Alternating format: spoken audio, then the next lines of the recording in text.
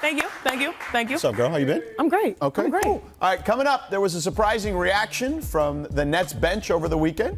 We'll look at that and some other of the best bench reactions that we've ever had. But first, let's go to the Lakers. Anthony Davis made a statement in his Lakers debut. The Brow posted 22 points and 10 boards in 18 minutes against the Warriors at the Chase Center. Here he is after the game talking about his sequence of 3 dunks in a row and receiving pocket passes from one LeBron James. Let's take a listen. I was just trying to, attack the offensive glass, just try to, be aggressive and get myself going. Like I said, I haven't played in a while, so I was just trying to do all the little things, and the ball just ended up in my hands. So I just try to go up and dunk it and just kind of get myself going. It's tough to cover. You got a guy like him going downhill, and, a guy like me who's rolling, who's a lob threat. You got to pick your poison. He's getting to a strong hand. He's in the paint, and then you got me rolling behind. So either he's going to go finish, pocket pass or a lob. So especially when it's a clear shot, it's just a tough way to guard. So today, how much stock should we put in AD's Laker debut, even though it was a preseason game? Well, let me tell you, this is like Apple in the 80s, like that type of stock. You want to get in on it now before the bandwagon comes through. Okay. Because AD in the first quarter, 17-7, just dominant. When they were playing, LeBron was even looking like, oh my gosh, I'm going to have fun playing with this guy. When LeBron James is shocked at your talent, and we already knew what his talent was, I'm impressed. Now, again, this is just a preseason game, but it's against the Warriors. And I know the Warriors have had issues defensively at the center position outside of the Draymond Green. Yeah. But this was a dominant performance, and they don't even know really what they're doing yet. They don't have their chemistry yet. People forget that AD averaged like 26 on a minutes restriction before they sort of shut him down. He had a career high in assists and steals and rebounds, 26 and 12. This is a guy alongside LeBron James that can be absolutely scary. And I was watching that preseason game, I'm like, oh, the league, even though everyone's like, oh, I'm not really watching this, it's cute, so many games going on, we're just getting the dust off. This is going to be scary if they play to that potential and they just have that synergy from the jump. To your point about the Warriors not having a real center available to them at the moment, that's true, but that doesn't change the fact that Anthony Davis made it look so easy early in that game. And it wasn't just the pinpoint passes from LeBron, which is stuff we expected. I at least expect LeBron to ride Anthony Davis. Like, he's basically said that. Like, we're going as far as Anthony Davis takes us this particular season, putting kind of the onus on him and almost, I feel like, passing the torch a little bit on him.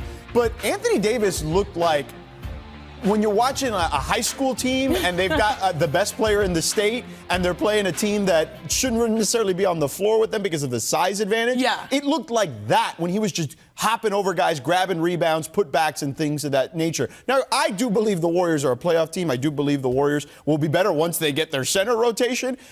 But they're still probably not going to be able to limit Anthony Davis. Even when Anthony Davis was with the Pelicans, Anthony Davis had some really good games against the Warriors. And the crazy thing is we haven't even seen his full repertoire. Right. Like, what we were seeing was his extension from backboard one side to backboard the other side and just dunking and rebounding and being a dominant big. When he starts hitting threes, going one-on-one, even going coast to coast, alongside LeBron James and a shooter like Danny Green, and you hopefully get Kuzma back healthy at some point, like, this is a team that I thought from the beginning is probably going to win the championship if they play to that potential and also wake up defensively. Yeah, I think, look, they're the favorites in Vegas for a reason. I am a firm believer that the most accomplished player that LeBron has played with is Dwayne Wade. I mean, he's won championships with him. But this may end up being the best fit for LeBron as far as the talent is concerned, at the time of his career and the time of Anthony Davis's career when they're uniting forces. It's basically a much more athletic version of Chris Bosh, right? Chris Bosh was a good defender when he was with LeBron. He was the best pick-and-roll defender for a stretch of 3 years when he played with LeBron. But Anthony Davis can do all that and more just because of his athleticism. But your point being that Dwayne Wade is the best player that LeBron James had played with up until this point. Well, LeBron was in front. He was number one in the lineup of the big three. Right. LeBron sort of looks like he's ready to take a backseat. Imagine the NBA where LeBron is taking a backseat to an Anthony Davis. Like, that means you're getting the most potential out of both of those guys. That is the scariest part, in my opinion. Yeah, no, I agree with you. And LeBron had that happen to him. That first year in Miami, him and Dwayne Wade, it felt like they were taking turns. Dwayne was still coming off a season the previous year where I finished third, I guess, in MVP voting. So, and Dwayne took the step back and said, hey, for us to succeed the way we're supposed to succeed, you got to be the guy to lead us there. And I think LeBron is doing something similar. Now doing the same thing with Anthony Davis. That's the scariest part. Yeah, for sure. All right, after Anthony Davis dominated the Warriors on Saturday, the glaring issues at the center position that Janae mentioned surfaced. Golden State has Willie Cauley-Stein, Kevon Looney, and a second-round pick, Alen Smailagic, and they're all dealing with injuries. Here's what Steve Kerr said about the situation. We're in a tough spot at the center position, not just in terms of the season and 2.5 weeks from now, but training camp.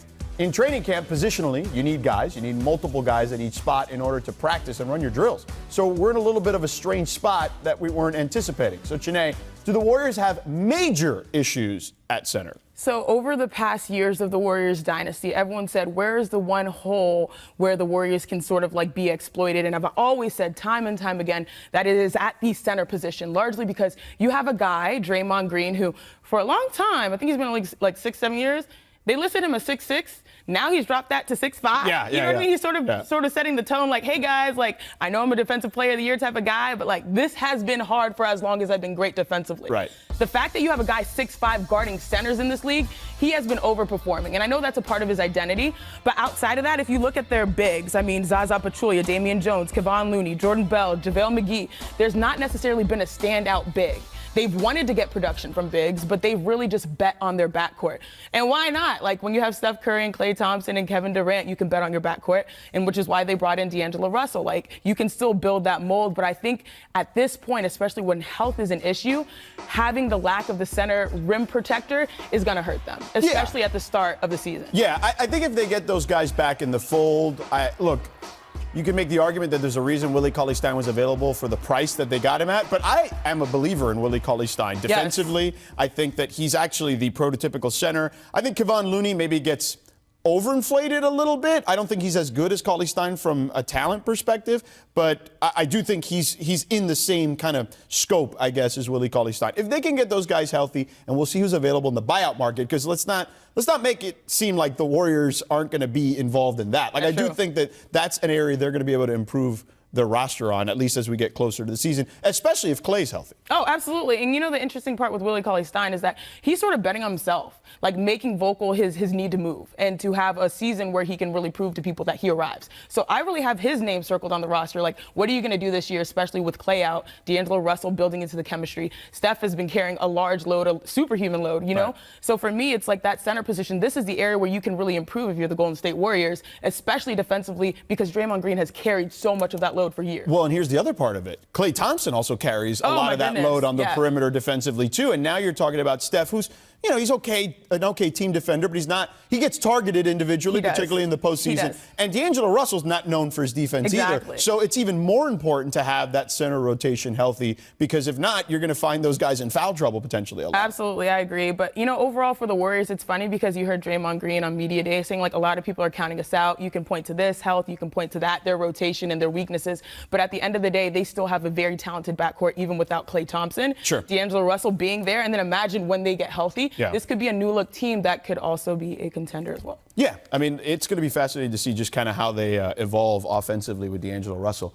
Before we go to break, I want to quickly address the topic of the Houston Rockets and China.